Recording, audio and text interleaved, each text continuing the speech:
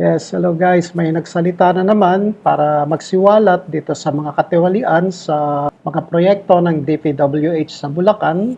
Nagsalita na si Engineer Bryce Erickson Hernandez tungkol sa kanyang mga nalalaman na ayon sa kanya ay laging nababanggit sa kanya o napagkikwentuhan nila ng boss niya dahil nga may tiwala sa kanya kaya lahat ay naisisiwalat sa kanya ng boss niya na si Henry Alcantara. At dito nga sa salaysay niya, idinawit niya dito si Senator Jinggoy Estrada at si Senator Joel Villanueva. Ito, panoorin niyo yung salaysay niya.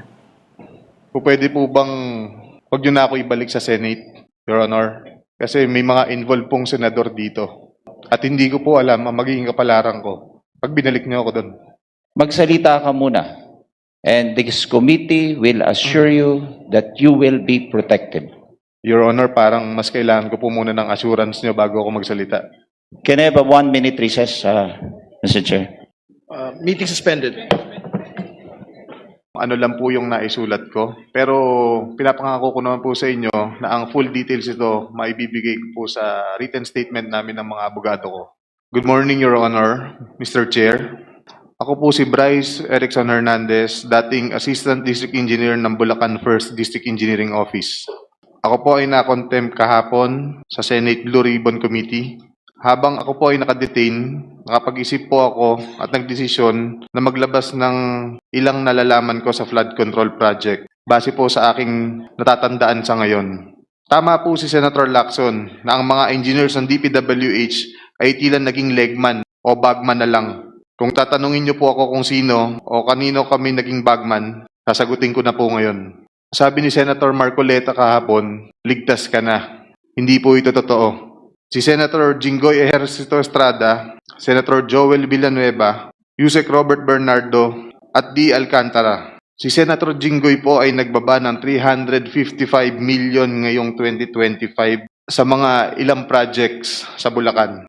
Ang sabi po ng boss ko dito ay 30% ang commitment dito. Ang mga projects po na to ay first, construction of flood mitigating structure with pumping station and floodgate, Phase 3, Barangay Mercado, Hagonoy, Bulacan, with an allocation of 60 million pesos. Number 2, construction of flood mitigating structure with pumping station and floodgate at Mambog Creek, Phase 3, Malolo City, Bulacan, with an amount of 45 million pesos. Construction of flood mitigating structure with pumping station and floodgate, Phase 3, Barangay Iba, Hagonoy, Bulacan, amounting to 60 million pesos. Construction of flood mitigating structure with pumping station at Calero Creek, Phase 3, Malolo City, Bulacan, with an amount of 50 million pesos.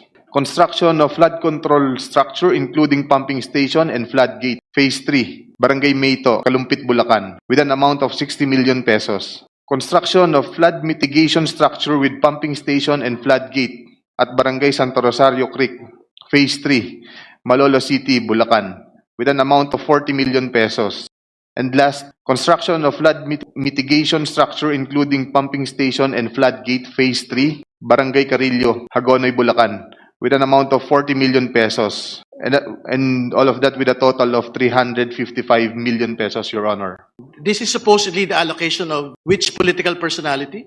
Senator Jinggoy Ejercito Estrada po, Your Honor. Nagbaba po si Senator Jinggoy at ang kanyang SOP dito ay 30% as per our District Engineer Henry Alcantara. I-deliver ito nung lumabas ang mga item na to sa GAA. Mga driver namin sa DPWH Bulacan 1st ang nag-deliver sa kausap nila. Si Christian Santiago at saka si Andre Balatbat. Galing din ito sa utos ni D. Alcantara. Noong 2023 naman, ay naglabas ng 600 million si Senator Joel Villanueva at ang SOP nito ay 30% din. First, rehabilitation of flood control structure along Balagtas River, Barangay Panginay, Tuwawa, Phase 3, Balagtas, Bulacan, with an amount of 75 million pesos. Construction of Bukawe River Flood Mitigation Structure, Station 12, plus 589 to Station 12, plus 739 at Barangay Bambang, Bukawe, Bulacan, with an amount of 75 million pesos. Construction of Bukawe River Flood Mitigation Structure at Station 4, plus 204 to Station 4, plus 354 at Barangay Turo, Bukawe, Bulacan, with an amount of 75 million pesos. Construction of Bukawi River Flood Mitigation Structure at Station 3 plus 036 to Station 3 plus 236 at Barangay Kaingin, Bukawi, Bulacan. This also has an amount of 75 million pesos. Number 5, construction of Bukawi River Flood Mitigation Structure at Station 5 plus 466 to Station 5 plus 667 at Barangay Bunlo, Bukawi, Bulacan, with also an amount of 75 million pesos.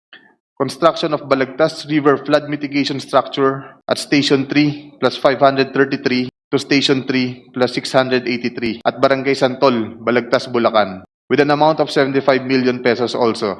Construction of Balagtas River Flood Mitigation Structure at Station 7 plus 654 to Station 7 plus 804 at Barangay Dalig, Balagtas, Bulacan, also with an amount of 75 million pesos. And last is the construction of Balagtas River Flood Mitigation Structure at Station 14 plus 124 to Station 14 to 200 plus 274 at Barangay San Juan, Balagtas, Bulacan, also with an amount of 75 million pesos. And all in all, with a total of 600 million pesos. 600 million pesos last 2023 from Senator Joel Villanueva. At ang SOP nito ay 30% din. Binigay din ito nung lumabas sa GAA at i-deliver sa bahay niya sa Bukawi ni D. Alcantara at dating hepe ng aming construction si Engineer JP Mendoza. Si D. Alcantara namin ang masasabing chief implementor. Siya po ang kumakausap sa lahat ng politiko na involved dito.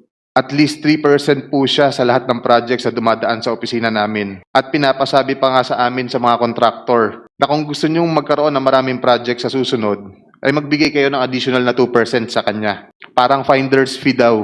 Si D.E. Henry Alcantara po ang usually nagde-deliver sa mga politiko at kay Yusek Robert Bernardo po.